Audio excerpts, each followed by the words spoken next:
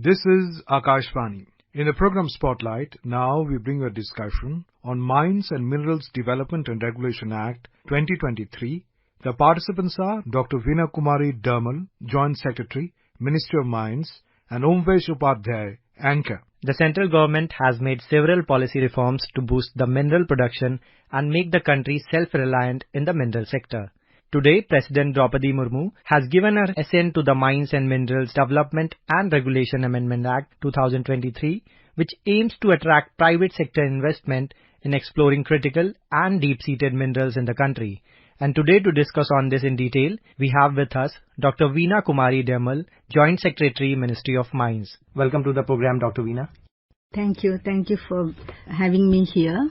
So, Dr. Veena, to begin the discussion, I would request you to please share an overview of Mines and Minerals Development and Regulation Amendment Act 2023 and what are the driving factors behind the need for amendment.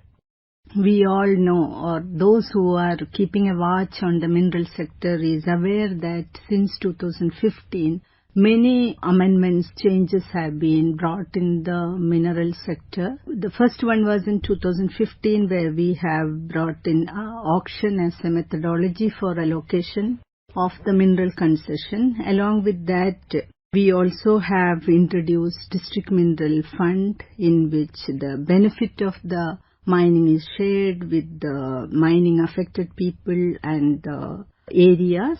Subsequently, we had other 2-3 amendments, and 2021 amendments as main aim was to have ease of doing business, increase the production of mineral, increase employment generation in the country.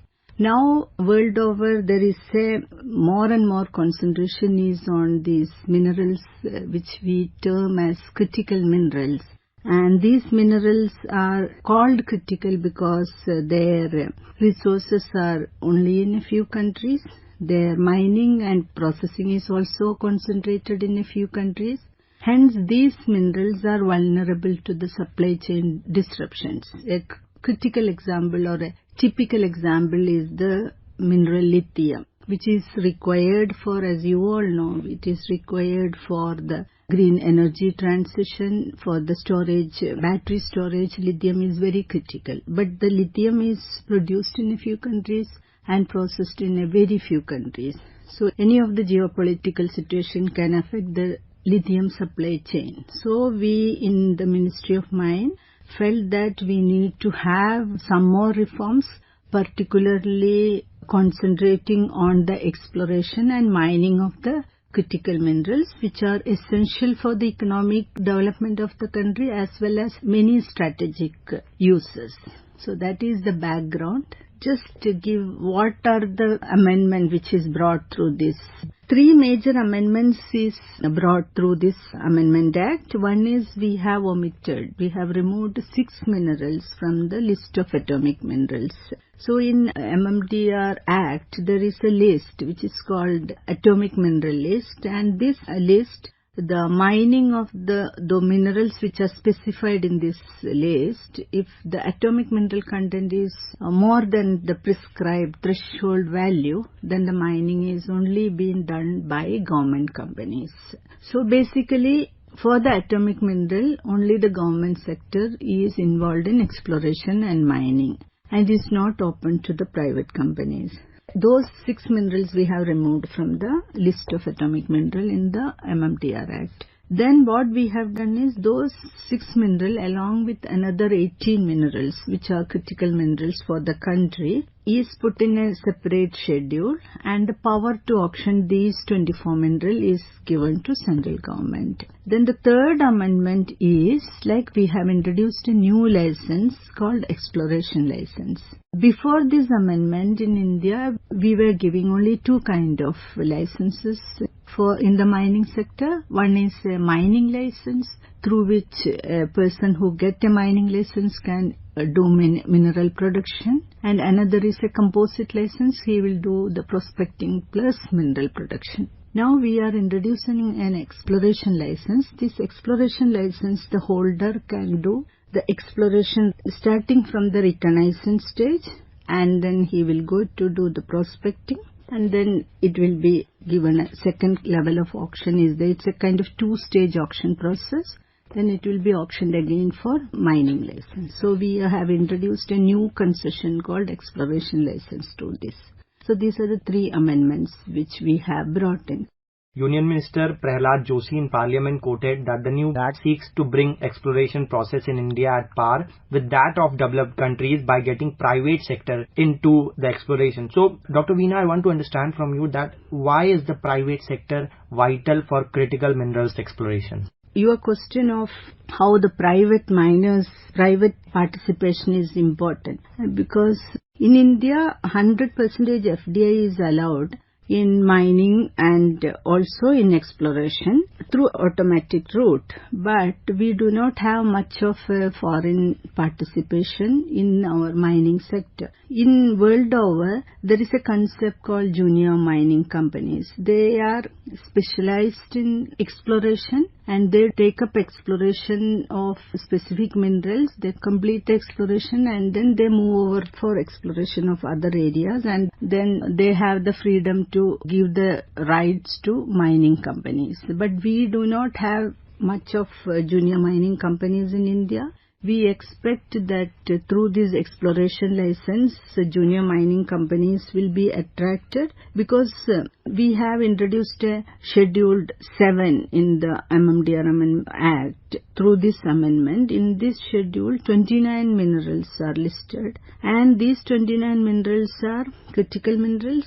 Also include deep-seated minerals like copper, zinc, lead, nickel, cobalt, etc. And the exploration of these deep-seated minerals are very technical, and it is both technology intensive as well as require high investment, and hence there is a need of involvement of the private sector in the exploration of these minerals. And moreover, these are all high value minerals, and they are also very critical for our electronics transition to clean energy, and as well as in the traditional sectors like infrastructure, defense.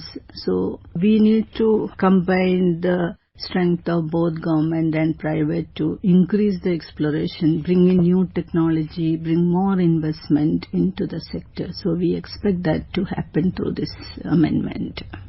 So ma'am, as you were talking about the rare earth minerals that will now be allowed to mine by the private entities, and if I name the 6 of them, they are lithium, beryllium, niobium, titanium, tantalum and zirconium. So being on the atomic minerals list, what was the need to do it, and how significantly then India can encash on this private participation when we are mining out these 6 rare earth minerals? They were in the list of atomic minerals because earlier they were used for some of the atomic purposes, but they are having many non-atomic applications also. So for example, as you are aware, lithium is used in the battery storage. Basically earlier they were being mined only by the government companies. Sure. Now we will allow the private companies also. So we expect more exploration of these minerals. So we will be able to identify more number of deposits of these minerals, and also we will be able to increase the production of these minerals. Most of these minerals which are now removed from the atomic mineral list, now India is completely import dependent on these minerals like lithium, cobalt, nickel. 100% we are import dependent. Absolutely. And through this bill now India is also addressing the import dependency also. And also like we naturally, when there are more players in the market, there will be more production, more competition, more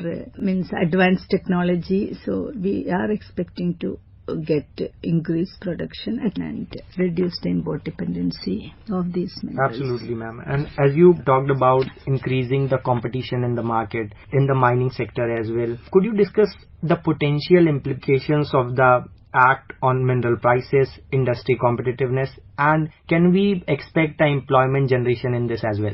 Definitely, when there is an increase in the number of mines and where there is increase in the production, definitely there is going to be increased employment generation. And when the production is increased, there will be more stability in the price, the volatility in the price will be reduced. So, and also if the foreign players or the advanced technology holders of exploration come, the junior mining companies as expected is enter into Indian market, then there will be improved technology in exploration and mining also. Initially, you mentioned about how in this act, the exploration license was amended. So, on industry and stakeholders' perspective, could you elaborate on these changes and their expected impact on the industry and stakeholders, what benefit they might achieve or they may experience with this new act?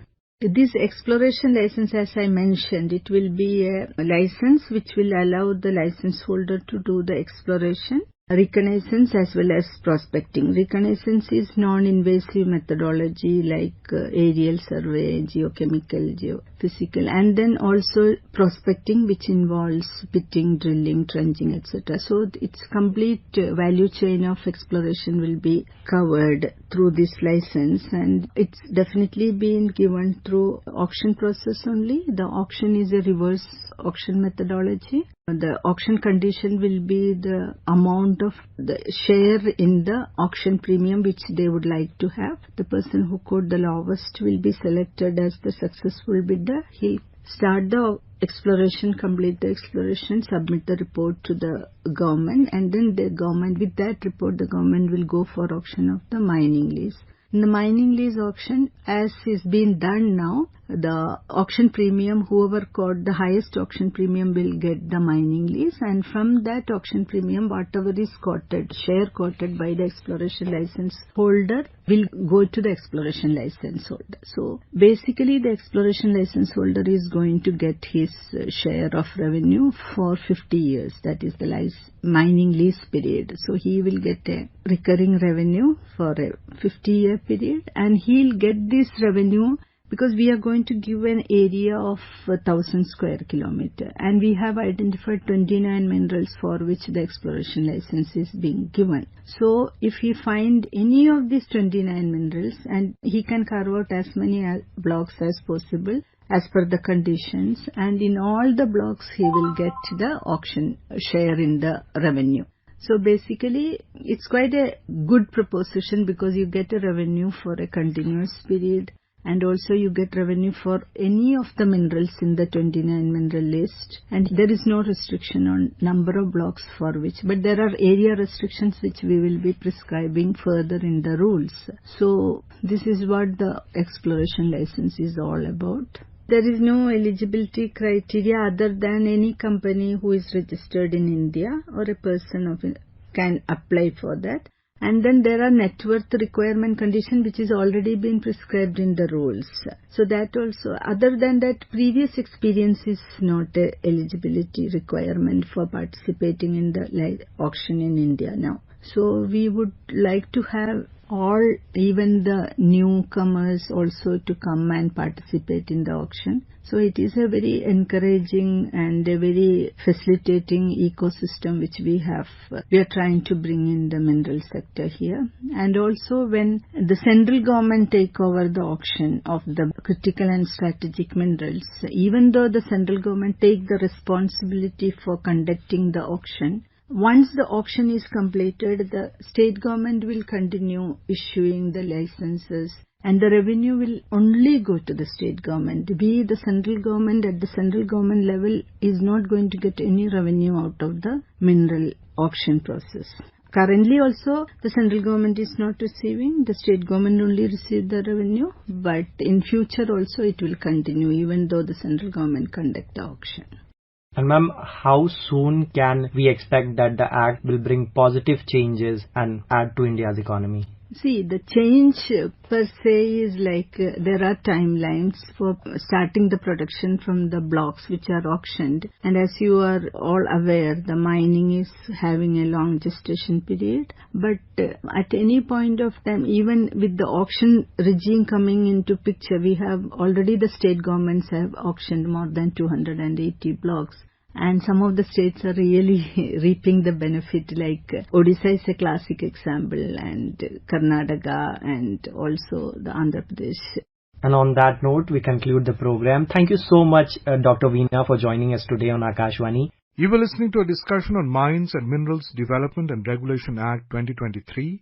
The participants were Dr. Veena Kumari Dermal, Joint Secretary, Ministry of Mines, and Omvesh Upadhyay, Anchor. This program was produced and presented by the News Services Division of Akashvani.